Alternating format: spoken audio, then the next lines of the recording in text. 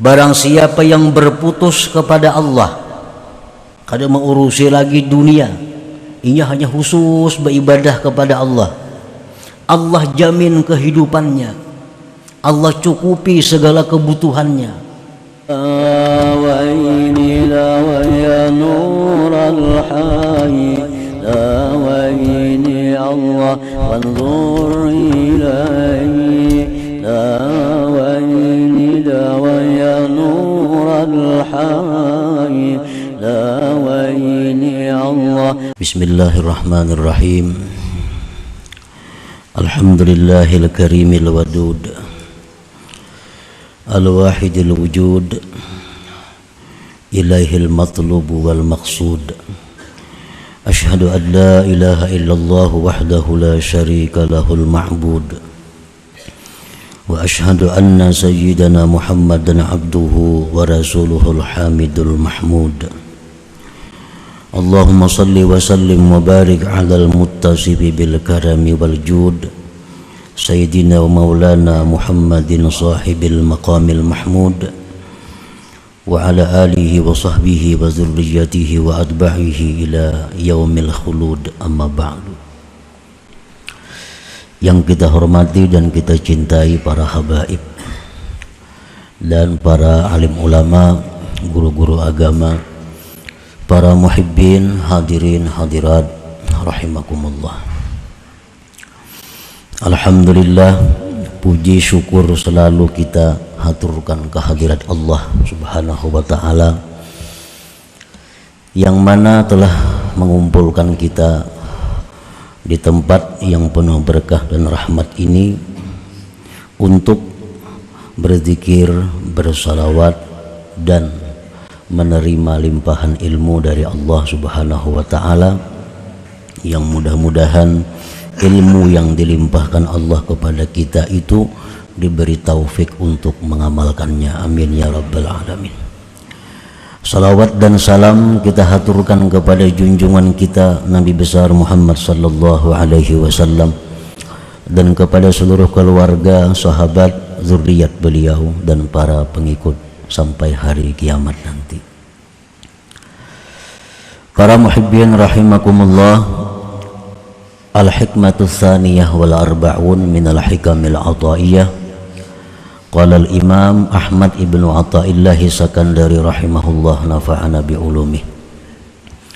Hikmah yang ke-42 dari kitab Al-Hikam, berkata Imam Ahmad ibnu Athaillah As-Sakandari rahimahullah wa nafa'ana bi ulumih. La tarhal min kaunin ila kaunin patakuna kahimarir raha yasiru wal makanul ladzi irtahala ilaih huwal ladzi irtahala minhu walakin irhal minal akwan ilal mukawwin wa anna ila rabbikal muntaha wanzur ila qawli Rasulillah sallallahu alaihi wasallam faman kanat hijratuhu ilallah wa rasulih fahijratuhu ilallah wa rasulih wa man kanat hijratuhu ila dunya yusibuha aw imraati yankihuha fahijratuhu ila ma hajara ilaih. Fafham qawlahu alaihi salatu wassalam wa ta'ammal hadzal amra in kunta dza fahmin, yang artinya janganlah kamu berangkat dari satu makhluk kepada makhluk yang lain. Apabila engkau berangkat dari satu makhluk kepada makhluk yang lain, maka engkau seperti himar, keledai yang menggiling gandum. Dia berjalan dan tempat yang dia berpindah kepadanya itulah tempat yang dia berpindah daripadanya. Tetapi berangkatlah engkau daripada makhluk kepada yang menciptakan makhluk itu, dan bahwa kepada Tuhan engkau kesudahan. Dan renungilah kepada sabda Rasulullah sallallahu alaihi wasallam, barang siapa yang hijrah kepada Allah dan Rasul, maka balasan hijrah itu kepada Allah dan Rasul yang membalasnya. Dan barang siapa yang hijrah seseorang itu kepada dunia, yang dia dapatkan dunia itu, atau hijrahnya dia kepada perempuan yang dia nikahi itu perempuan, maka balasan hijrahnya kepada sesuatu yang dia hijrah kepadanya. Pahamilah sabda Rasul alaihi salatu wassalam dan renungilah ini perkara jika engkau mempunyai pemahaman.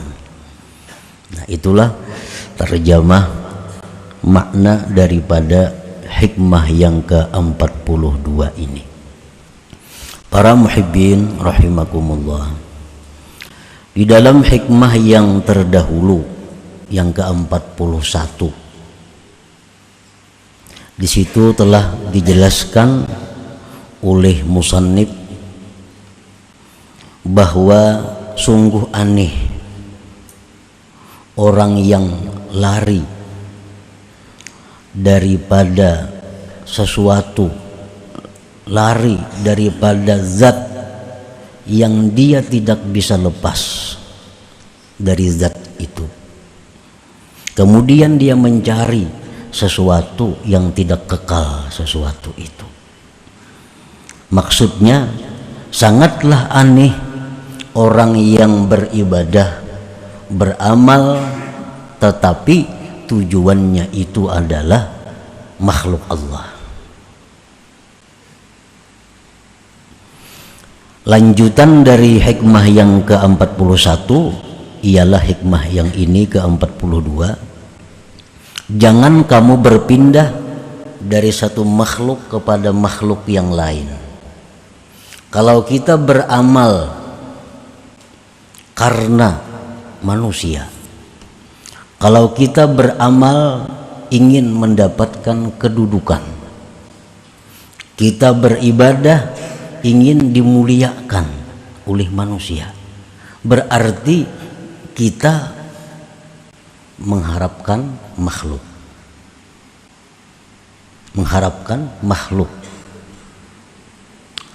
Nah, selanjutnya kalau kita beribadah kepada Allah mengharapkan surga,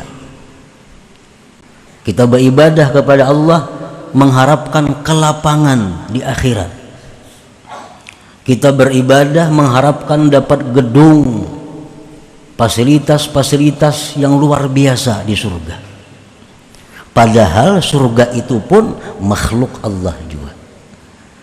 Nah, jadi jangan kita berpindah dari satu makhluk kepada makhluk yang lain. Kalau kita beribadah untuk mencari kedudukan, kedudukan itu makhluk. Kalau kita beribadah karena mengharapkan surga, surga pun makhluk. Nah, jadi janganlah berpindah dari satu makhluk kepada makhluk yang lain. Itu maksudnya. La tatruk hazzan min huzuzi nafsik talaban li hazzin akhar. Jangan kamu tinggalkan bagian dari bagian diri engkau untuk mencari bagian yang lain. Nah, artinya jangan kita sudah merasa puas bahwa kita sudah kawa beribadah itu bukan karena manusia. Sekarang kita beribadah sudah mengharapkan surga. Jangan merasa puas demikian. Karena itu masih belum pas. Karena sama-sama makhluk. Manusia ya makhluk juga, surga ya makhluk juga. Nah, la tarhal min kaun ila kaun. Janganlah berpindah dari makhluk kepada makhluk.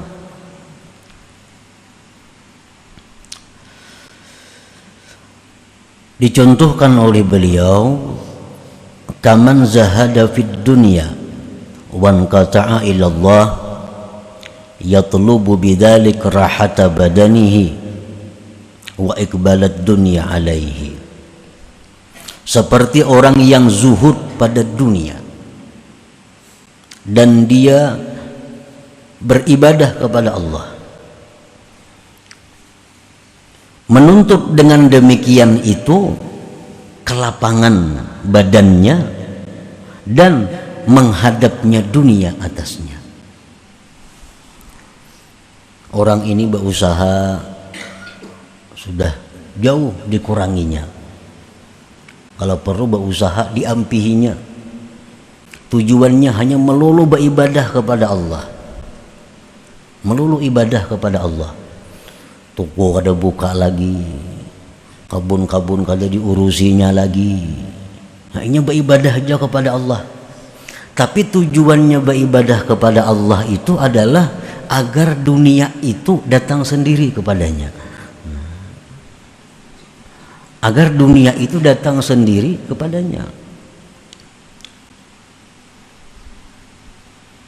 Karena Rasulullah sallallahu alaihi wasallam bersabda, "Man qata'a ilallah kafahu kullu mu'nah wa razaqahu min haitsu la yahtasib."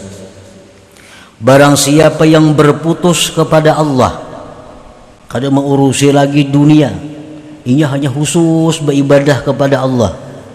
Allah jamin kehidupannya, Allah cukupi segala kebutuhannya, Allah beri rezeki tanpa diduga-duga.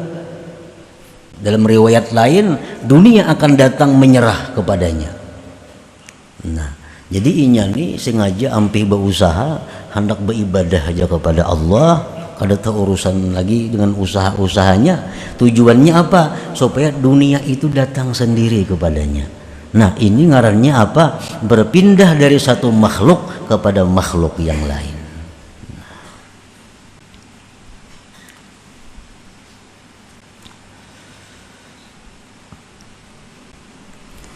Wa kaman amila bi ta'atillahi ta'ala wa talaba bihal karamat awil hura wal qusura fil jannah. Seperti orang yang beramal taat kepada Allah dan dia menuntut dengannya itu taat karamat, beribadah kepada Allah, tapi tujuannya apa? Supaya diberi Allah karamat. Atau tujuannya mendapatkan bidadari di surga, atau tujuannya mendapatkan gedung-gedung di surga. Nah, bila beribadah kita seperti demikian tujuannya, maka ibadah kita tujuannya adalah kepada makhluk. Tujuan ibadah kita kepada makhluk. Walakin ya'mal bi ta'atillah adaan li haqqillahi ta'ala wa talaban li ridha. Tetapi hendaklah engkau beramal itu dengan taat kepada Allah tadi, menunaikan hak Allah subhanahu wa ta'ala dan menuntut keridhaannya. Nah, itu mestinya yang kita harapkan dari ibadah kita. Kita sembahyang, kita puasa, kita bersedekah, kita menuntut ilmu, kita berzikir, itu menunaikan hak Allah dan mencari keridhaan Allah. Nah, itu nang dituntut, itu nang bujur. Wa illa, jika tidak demikian, kita beribadah kepada Allah agar kita selamat dari neraka, kita beribadah kepada Allah agar mati masuk surga, fa antakal himar, engkau seperti himar. Himar nang menggiling gandum itunya selalu berjalan, tapi jalan di tempat. Nah, orang yang beribadah tujuannya untuk mencapai kesenangan diri sendiri sama dengan himar tadi. Artinya ibadahnya itu jalan di tempat, kada akan sampai kepada Allah subhanahu wa ta'ala. Para muhibbin rahimakumullah, apabila kita beribadah untuk dunia, Allah akan memberikan dunia itu. Allah berikan dunia. Wa ma lahum min khalaq, tapi di akhirat orang ini tidak ada lagi bagian. Makanya Makanya kita melihat ada orang-orang yang mengamalkan ini untuk kekayaan, akhirnya dia kaya. Orang yang melampahkan ini untuk jagau, akhirnya jadi orang jagau. Orang melampahkan ini supaya orang ketujuh lawan inya, akhirnya orang ketujuh lawan inya.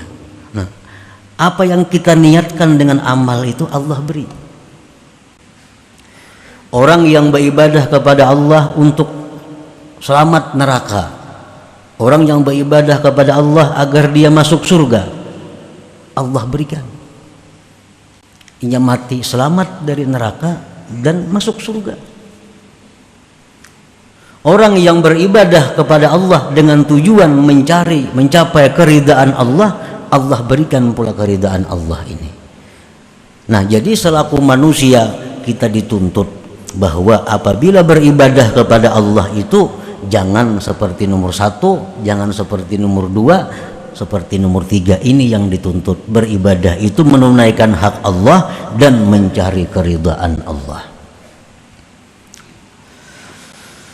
Para muhibbin rahimakumullah,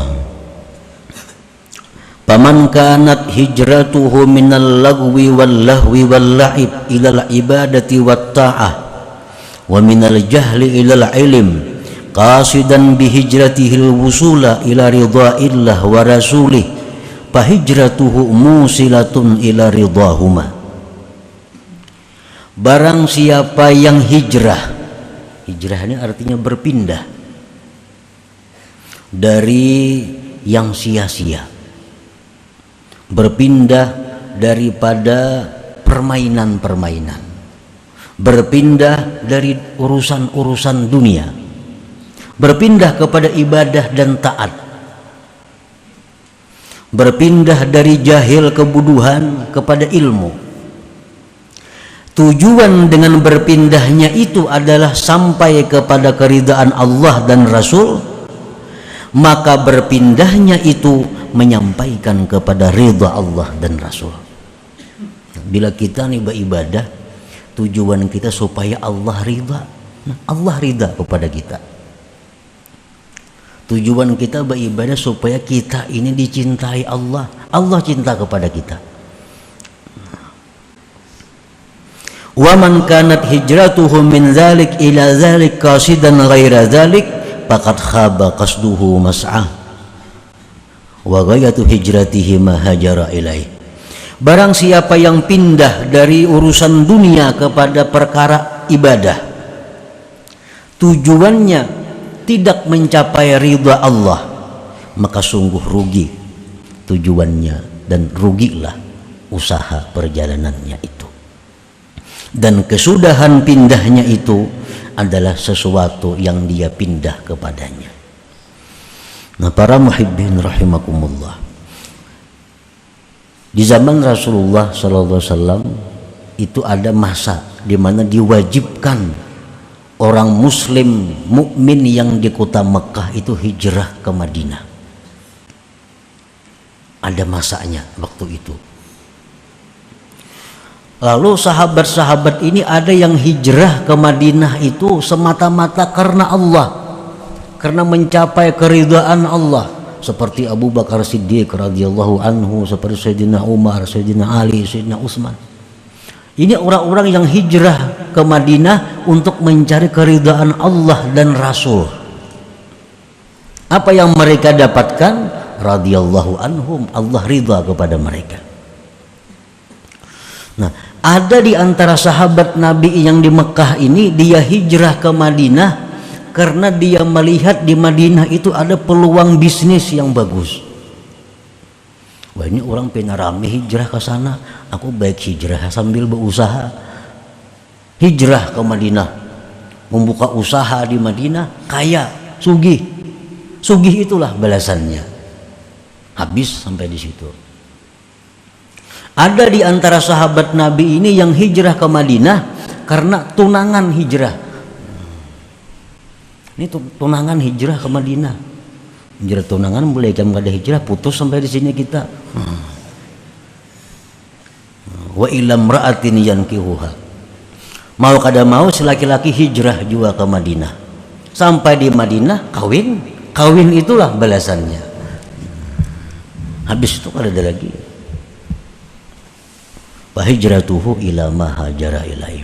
Jadi ibadah yang kita lakukan untuk apa kita dapatkan tergantung tujuan kita. Orang mengamalkan la ilaha illallah 100.000 kali, tujuannya hendak jadi orang sugih, dilampahkannya jadi orang sugih, Allah akan memberi itu. Fal amalu ala talabil jaza wad darajat aw nailil maratibil aliyati wal maqamat nuqsanun wa syaubun bi ikhlasil a'mal. Beramal untuk mencari balasan, mencari derajat, mencapai martabat tinggi dan kedudukan, itu adalah kurang dalam ikhlasnya amal. Ikhlasnya amal. Kalau kita beramal supaya ke surga, kita beramal supaya terhindar dari neraka, ini oleh para ulama disebut ikhlas juga, tapi kurang ikhlasnya. Kurang ikhlasnya. Nah, orang-orang yang beribadah kepada Allah tujuannya ini surga, tujuannya bidadari, tujuannya menikmati segala macam fasilitas surga. Dia beramal karena itu, mati masuk surga. Tapi di dalam surga dia tidak akan bisa melihat Allah Subhanahu wa ta'ala. Kada akan bisa melihat Allah. Karena orang-orang yang melihat Allah di dalam surga itu orang yang sudah mulai di dalam dunia ini menginginkan itu. Jadi di surga itu ada orang pengumuman bahwa Allah bertajalli, wahai penghuni surga, siapa nak bertemu Tuhan, silahkan bertemu Tuhan. Orang kesanaan sekali, ini kada tahu urusannya memakan gawiannya, bidadari di sekelilingnya. Padahal bertemu Allah itu adalah merupakan puncak segala kenikmatan yang ada di dalam surga itu. Wal amalu li wafa'i huquqil ubudiyyah wa qiyami huquqir rububiyyah min ghairi iltifatin ila nafsi huwa ikhlasul muqarrabin. Beramal ibadat untuk menunaikan hak kehambaan, melaksanakan hak ketuhanan tanpa memandang kepada dirinya, itulah yang dinamakan ikhlas muqarrabin. Nah, para muhibbin rahimakumullah, padahal andai kata kita beribadah kepada Allah, sembahyang contohnya, tujuan kita dengan sembahyang itu adalah keridhaan Allah. Itu lagi sebuting. Allah ridha kepada kita. Allah ridha kepada kita. Nah, bila Allah itu ridha kepada kita, segala kebaikan-kebaikan dicurahkan kepada kita. Segala kebaikan dicurahkan kepada kita. Kalau kita mengambil yang ridha ini. Nah, jadi alangkah ruginya kalau kita beribadah karena makhluk, beribadah karena mengharap surga. Karena bila dua itu kita kada dapat keridhaan Allah. Bila kita beribadah ini karena ridha Allah, kedua-duanya kita dapatkan. Dunia otomatis dapat, surga otomatis dapat. Makanya tadi dicontohkan oleh beliau, orang yang beribadah karena dunia, orang beribadah karena surga, itu kal himar, seperti himar. Himar itu pintarlah. Kal himar, seperti himar. Para muhibbin rahimakumullah, man amila lillah wa billah nalal qurba minallah wastahaqqa bimartabati abdillah. Man amila lillah, barang siapa beramal beribadah karena Allah. Ini beribadah ini mencari keridhaan Allah, yang lain kada tahu urusannya. Ini beramal itu kadang-kadang ada masuk huzuzun nafsi. ada masuk kepentingan diri. Ini yang merusak ikhlas. Bagaimana caranya kita mengetahui amal ini ada masuk kepentingan diri? Mengetahui mana amal ibadah kita yang murni karena ridha Allah.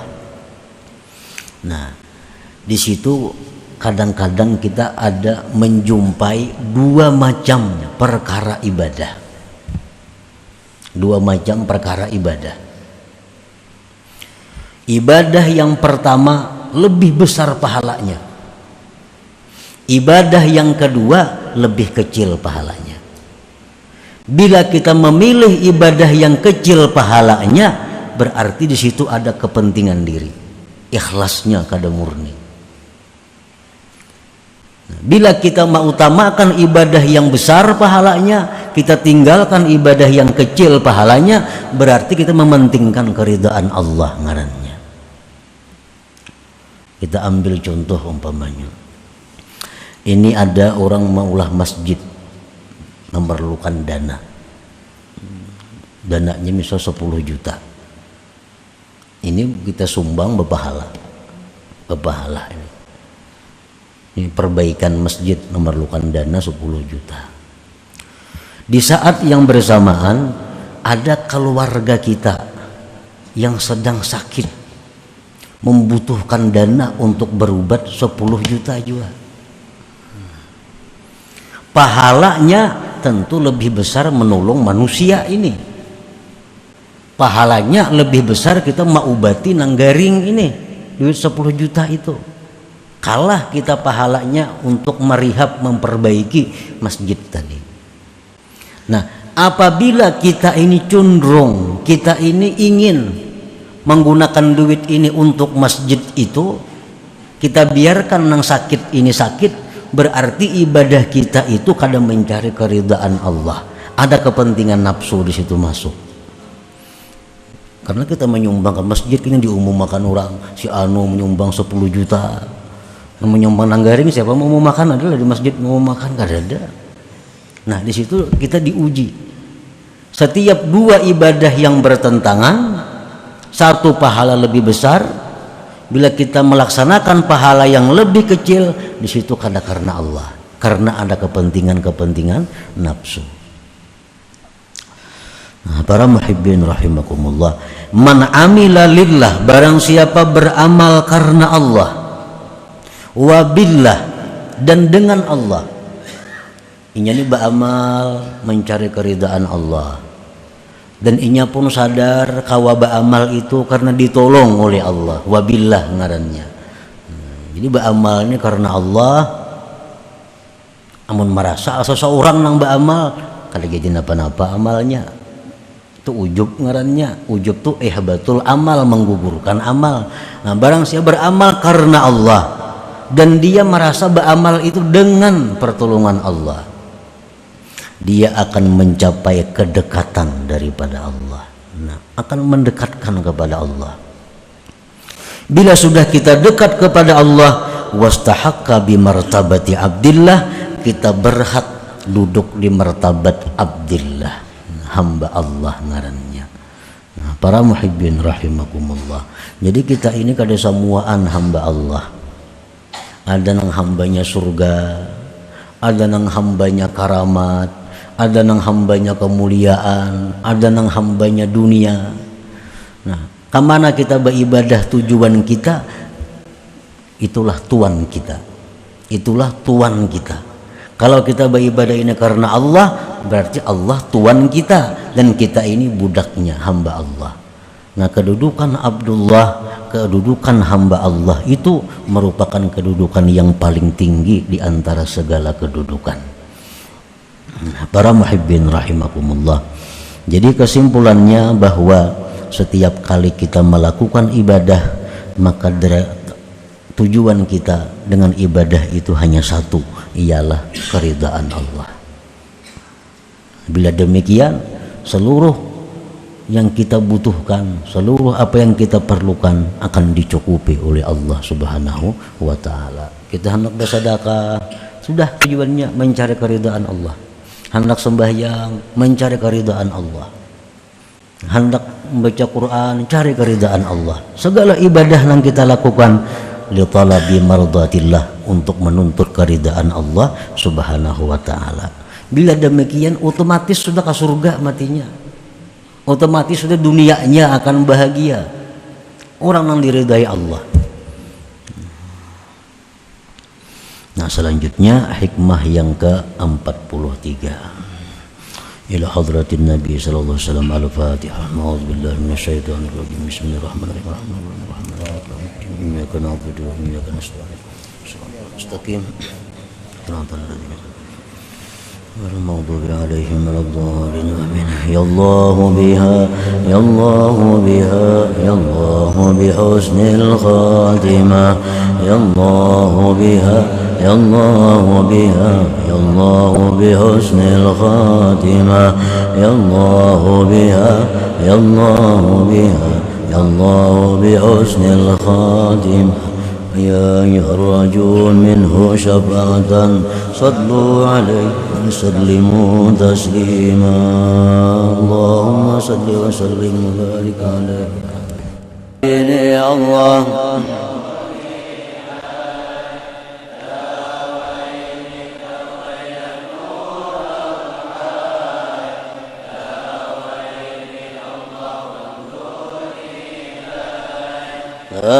وإذا ويا نور الحي